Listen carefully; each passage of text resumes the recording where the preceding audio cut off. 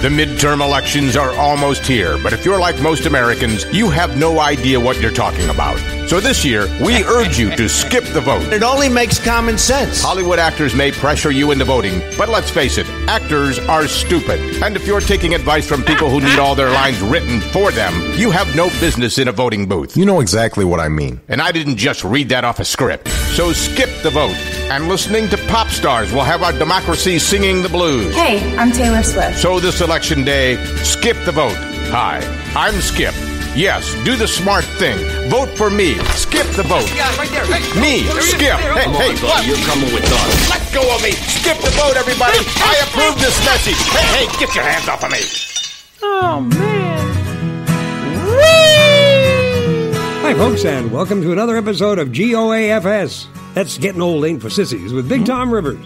Tom's an old hipster with 47 years of radio to remember. In places like Chicago, Milwaukee, Atlanta, Minneapolis, Indianapolis, and plenty more, believe me. G.O.A.F.S. was Tom's idea for baby boomers who want something to help them with growing older, but with a touch of the goofy, offbeat, and absurd. And that describes this man to a T for Tom. Ladies and gentlemen, my good friend for a long time now and a real nutcase, Mr. Tom Rivers.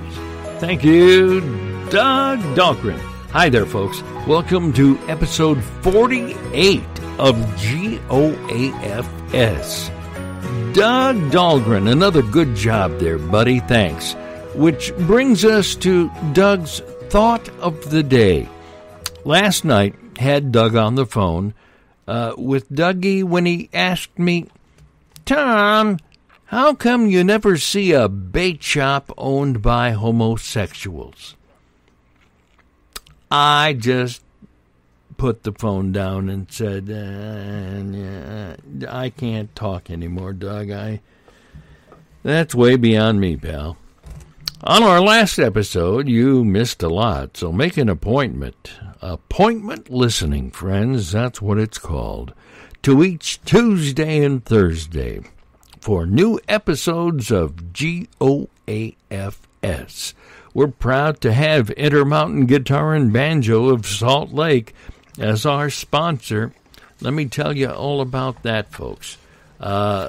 They've been in business for quite a while. They're good people.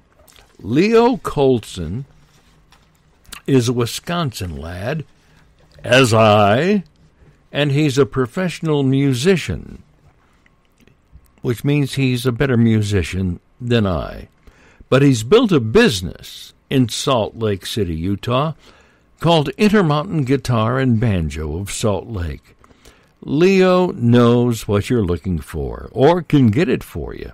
If you're a full-time musician, meaning you're a pro, or a person who does weekend gigs at the local bar or restaurant, or a serious collector of fine stringed musical instruments, like classic Martin guitars or classic Gibsons, Intermountain Guitar and Banjo has them for you, or can help you get your hands on them.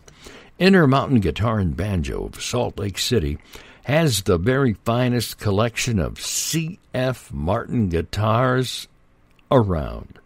And you'd be amazed at the finest banjos, mandolins, violins as well.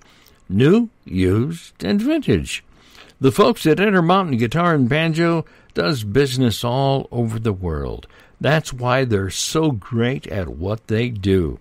Here's their website address, guitarandbanjo.com. Again, guitarandbanjo.com.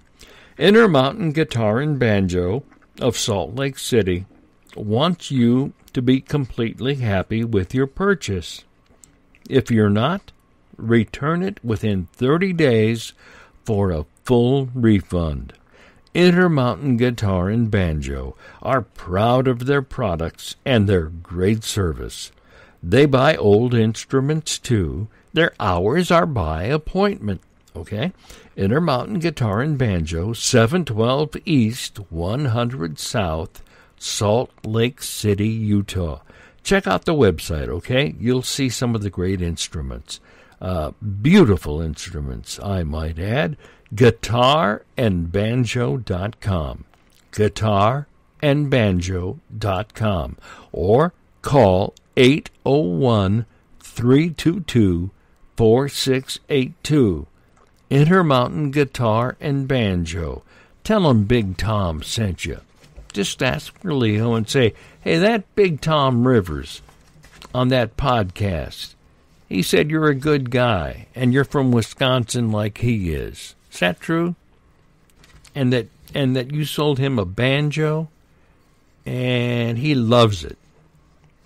And it is all true. He's a good guy.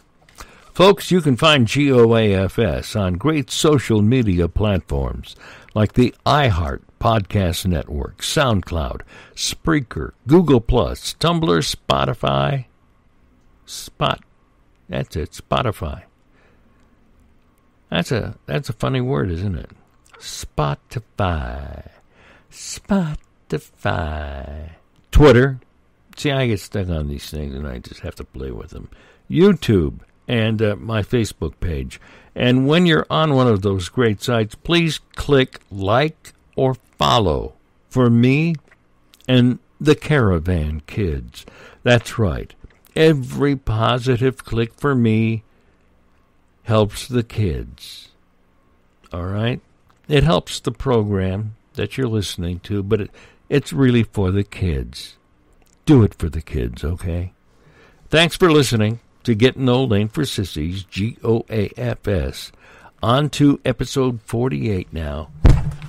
Ow! Stabbed with my own microphone. That hurt. Maybe it was one of the kids. Little bastards. Episode 48 of G.O.A.F.S. What's in the news here? A group of Republicans have sent a letter to President Trump urging him to cut off nuclear talks with Saudi Arabia. Come on, man.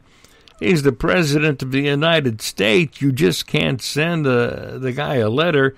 Show some respect. Tweet it to him.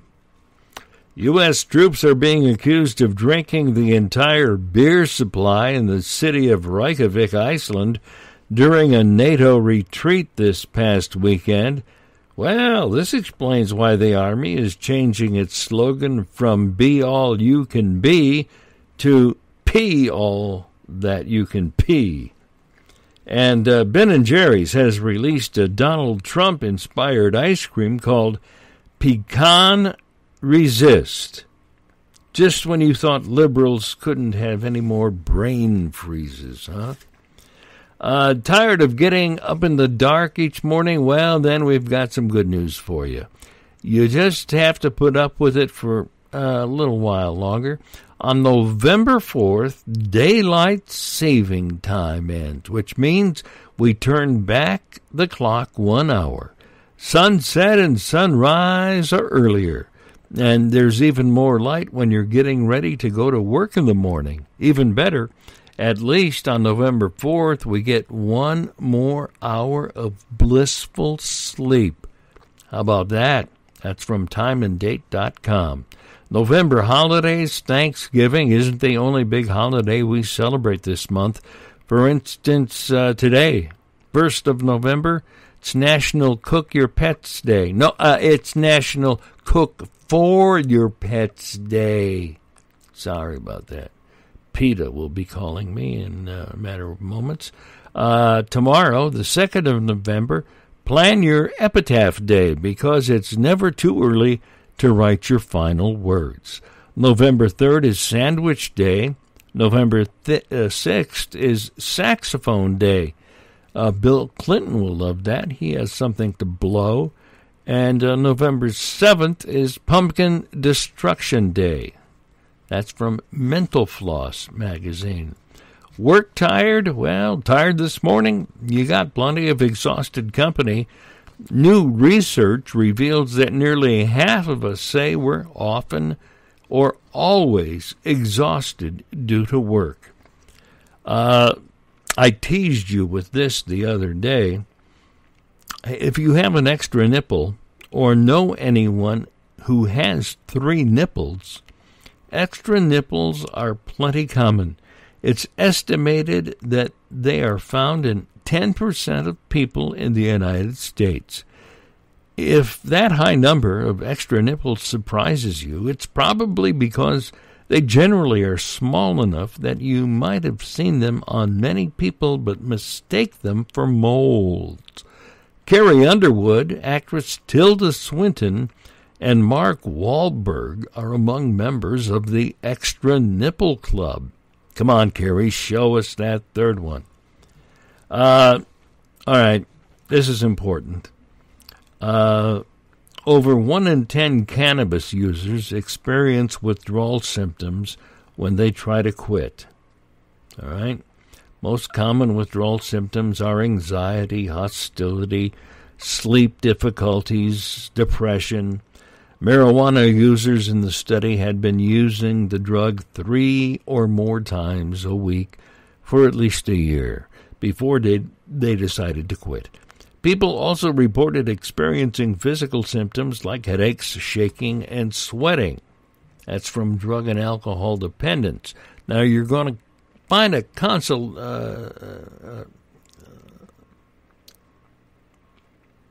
take two.